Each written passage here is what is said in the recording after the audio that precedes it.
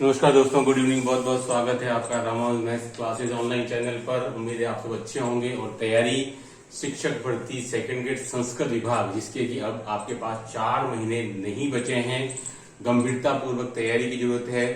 उसी कड़ी में काफी सारे स्टूडेंट के मैसेज आए कि सर कुछ कंटेंट वाइज वापिस कुछ बीच बीच में शुरू करते रहिए।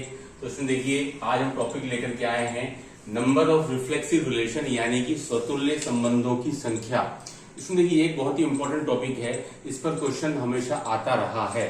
देखिए, अगर मैंने एक सेट ए ले लिया स्टूडेंट कि जिसमें कि 2 एलिमेंट हैं 1 2, और अगर मैं ए क्रॉस ए यानी कि ए का ए में कार्टेशियन प्रोडक्ट निकालता हूं, यानी कि मैं ए से ए में ही मैपिंग करता हूं, ठीक है। तो अगर मेरे को यहाँ पर 1 2, उसमें देखिए 1 2, तो मुझे क्या क्या ऑर्डर पेयर बनते हैं, 1 1 1 2 2 1 और 2 2, ठीक है। तो ये तो आपको पता होगा कि भाई कुल संबंधों की संख्या कितनी होगी, ए से ए में कुल संबंधों की संख्या कितनी होगी, ये तो आप निकाल सकते हैं आराम से। फॉर्मूला क्या है आपके पास में, 2n cross n। n cross n इसलिए क्योंकि हम ए से और ए में ही मैपिंग कर रहे हैं, ठीक है।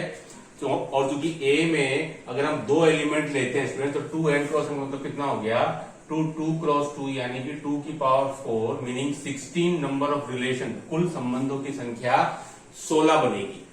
कुल संबंधों की संख्या कितने बनेगी आपके पास में, n स्क्वायर यानी कि 2 की पावर 2, 2 की पावर 4 यानी कि 16, ये होगी कुल संबंधों की संख्या। अब हम बात करते हैं स्टूडेंट इसमें से कि अरिक्त संबंधों की संख्या कितनी होगी। अरिक्त संबंध कितने होंगे, यानी कि स्टूडेंट आपको पता है कि अरिक्त संबंध का मतलब होता है कि जो नल रिलेशन जो होता है आपका 5 वाला, वो हर जगह प्रेजेंट होता है।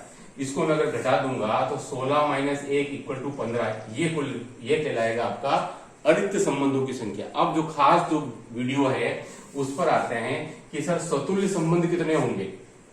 इस वीडियो में स्वतुल्य संबंध पर बात करेंगे और नेक्स्ट में फिर हम सममित पर, है ना। तो वीडियो को लास्ट तक देखिएगा और सब्सक्राइब नहीं किया तो कर लेना। देखो स्वतुल्य संबंध क्या होते हैं, इसको ध्यान से देखिएगा। स्वतुल्य संबंध में आपको पता है स्टूडेंट कि जो एलिमेंट हैं वो आपके केवल डायगोनल वाले ही आने वाले हैं।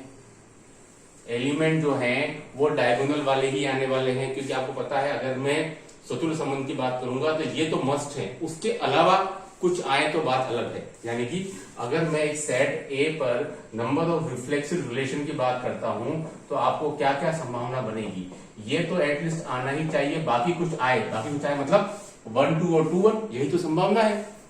वो आए तो अच्छी बात है, नहीं आए तो कोई दिक्कत वाली बात नहीं है, लेकिन ये तो मस्ट है। तो आप समझिएगा कि भाई इनको जमाने के कितने तरीके हैं। हम इनको एक ही तरीके से जमा सकते हैं। अगर आप थोड़ा सा परम्यूटेशन की तरफ आए, ध्यान से समझिएगा कि भाई इनको लेने के तरीके कितने हैं, इनको सेलेक्ट करने के तरीके कितने हैं, नंबर ऑफ वेज कितने हैं। तो एक ही तरीके से हम सेलेक्ट कर सकते हैं, क्योंकि ये तो मस्ट है।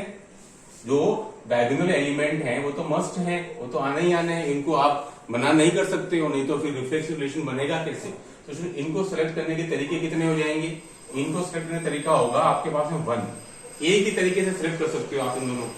अब बाकी क्या बचे, ये तो हुआ डायगोनल एलिमेंट की बात। अब बात करते हैं नॉन डायगोनल एलिमेंट को हम कैसे सिलेक्ट कर सकते हैं। नॉन डायगोनल एलिमेंट, तो स्टूडेंट देखिए जो भी आपके नॉन डायगोनल एलिमेंट है 1 2 और 2 1, तो आप देखेंगे कि जो नॉन डायगोनल एलिमेंट है वो सिलेक्ट हो भी सकते हैं और नहीं भी हो सकते। आपको पता है कि आइडेंटिटी रिलेशन में तो संभावना ही नहीं बनती थी तत्समक में, लेकिन स्वतुल्य में संभावना बनती है, सिलेक्ट हो भी सकते हैं और नहीं भी। यानी कि आपके पास 2 ऑप्शन है। कितने ऑप्शन है आपके पास, 2 ऑप्शन है 1 2 और 2 1 को सिलेक्ट करने के। तो अगर मैं बात करूं कि इसको सिलेक्ट करने के कितने ऑप्शन है, तो सर 2 की पावर 1। इसको सिलेक्ट करने के कितने ऑप्शन, सर 2 की पावर 1। ये तो बात हुई कि जब सेट ए में 2 एलिमेंट है। कल को अगर सेट ए में n एलिमेंट हो गए, कितने, 1 2 n अप टू n, तो आपको पता है कि ऐसे आप सेलेक्ट कैसे करेंगे, ठीक है। तो 2 2 2 2 की पावर n नहीं आएगा, है ना, 2 की पावर n नहीं आएगा। क्यों, क्योंकि उसमें देखिए n एलिमेंट तो आपके ये वाले हैं, डायगोनल वाले। n एलिमेंट तो आपके डायगोनल वाले हैं, दिख रहे होंगे आपको। n एलिमेंट आपके डायगोनल वाले हैं। क्यों, क्योंकि अगर हमने यहाँ 2 एलिमेंट लिए तो आपको 2 दिख रहे हैं पेयर, है ना, 2 पेयर दिख रहे हैं आपको डायगोनल वाली। अगर मैं 1 2 3 लेता तो आपको 1 1 2 2 और 3 3 करके आपको 3 एलिमेंट मिलते हैं डायगोनल, ठीक है। तो वो आपके काम के नहीं है, तो 2 की पावर n नहीं आएगा। तो आप समझ रहे हैं कि टोटल नंबर ऑफ रिलेशन कितने बनते हैं, 2 की पावर n स्क्वायर, तो 2 की पावर n स्क्वायर में से मैं अगर जो n है कौन से डायगोनल, उसको अगर मैं रिमूव कर दूं, किसको, 2 की power n square minus n, अगर मैं ऐसा कर देता हूं तो मुझे क्या मिल जाएगी, जो नॉन डायगोनल वाले एलिमेंट मिल जाएंगे। ध्यान से समझिएगा, वापिस समझिए। टोटल नंबर ऑफ रिलेशन कितने थे, तो सर 2 की पावर n स्क्वायर थे, और जो डायगोनल वाले एलिमेंट थे वो कितने थे सर, वो n थे। तो n कैसे आए, 2 एलिमेंट लिए थे तो हमको 2 पेयर मिल रहे हैं। कल को अगर 1 2 3 करके लेंगे तो सीधी सी बात है 1 1 2 2 और 3 3 आएंगे। कल को मैं 1 2 और n लूंगा तो 1 1 2 2 3 3 4 4 और n आएंगे। तो n ही तो एलिमेंट हुए डायगोनल 2 की पावर n। तो हमने क्या किया स्टूडेंट, यहां से इनको हटा दिया, हमको तो निकालने तो ये वाले हैं, तो इनको सेलेक्ट करने के तरीके तो 2 हो गए ना आपको सेलेक्ट करने के तरीके तो। लेकिन टोटल कितने हुए आपके पास में नंबर ऑफ बेस, तो 2 की पावर कितनी आई student, n square minus n। क्यों आई, क्योंकि 2 की पावर n स्क्वायर तो टोटल रिलेशन बता रहा है, पूरा 2 की पावर n स्क्वायर। उसमें से हम जो भी आपका n स्क्वायर माइनस n, यानी कि जो भी आपके जो n वाले हैं, कौन से वाले, डायगोनल वाले, उनको रिमूव कर रहे हैं। ठीक है, तो क्या आ जाएगा हमको रिलेशन ऐसे करते करते 2 की power n square minus n, और यही आपका आंसर है 2 की power n into n minus 1। यही स्टूडेंट है आपका total number of reflexive relation. ठीक है, टोटल नंबर ऑफ रिलेशन कितना था, 2 की पावर n स्क्वायर था।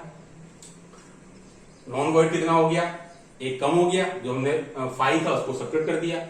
सतुल्य यानी कि रिफ्लेक्सिव कितना हो गया, 2 की power n into n minus 1। तो इस पर्टिकुलर क्वेश्चन के लिए कितने बनेंगे, तो इस पर्टिकुलर क्वेश्चन के लिए बनेंगे 2 इंटू 2 माइनस 1, यानी कि कितने हो गए था, 2 की पावर 2 इक्वल टू 4 हो गए भाई, 4 हो गए, 4 दिख भी रहे हैं आपको, 1 1 2 2 1 2 और 2 1, ये इसके मैक्सिमम हो गए नंबर ऑफ रिफ्लेक्सिव रिलेशन। ठीक है, तो इस चीज को आपको समझ लेना है कि 2 की power n square minus n कैसे आया। 2 की पावर n स्क्वायर का मतलब क्या होता है कि number of non diagonal element कहलाते हैं। क्यों, क्योंकि 2 की पावर n स्क्वायर यानी कि टोटल नंबर ऑफ रिलेशन, और उसमें से ये जो n वाले हैं, n स्क्वायर में से मगर n वाले घटा देता हूं, n वाले कौन से हैं, डायगोनली, क्योंकि हम तो नॉन डायगोनल निकाल रहे हैं, जिनका आपको सिलेक्शन करना है या नहीं करना है वो आपकी मर्जी है। ओके, तो करना है या नहीं करना है वो आपकी मर्जी है स्टूडेंट। और देखिएगा ये सिमेट्रिक नहीं है ना, 2 1 है और ये 1 2 है। ठीक है, तो सिलेक्शन करना है या नहीं करना है, उसके लिए हमारे पास 2 ऑप्शन है, इसलिए हम 2 2 2 करके चले हैं, है ना, 2 2 2 2। ठीक है, तो आप समझ रहे होंगे कि अगर मुझे ये वाले क्वेश्चन में कितने बार आता, 2 की पावर 1, है ना, 2 की पावर 1, और हमने एक जनरल फॉर्मूला निकाल लिया, इसमें हमने n की जगह 2 पुट कर दिया। ठीक है स्टूडेंट, तो 2 पुट करते कितना आ गया, टोटल हमको कितने बन गए, नंबर ऑफ रिलेशन रिफ्लेक्सिव होंगे वो टोटल 4 होंगे। अधिक कुल संबंध 16, अधिक 15, स्वतुल्य 4 हुए। तो आपको समझ में आया होगा, उम्मीद है कि स्वतुल्य संबंधों की संख्या किस प्रकार से निकाली जाती है टोटल नंबर ऑफ रिलेशन में से। नेक्स्ट वीडियो में हम बताएंगे आपको सममित संबंधों की संख्या। ठीक है, इस वीडियो में इतना ही। Do like share subscribe my channel. Okay, thanks, धन्यवाद।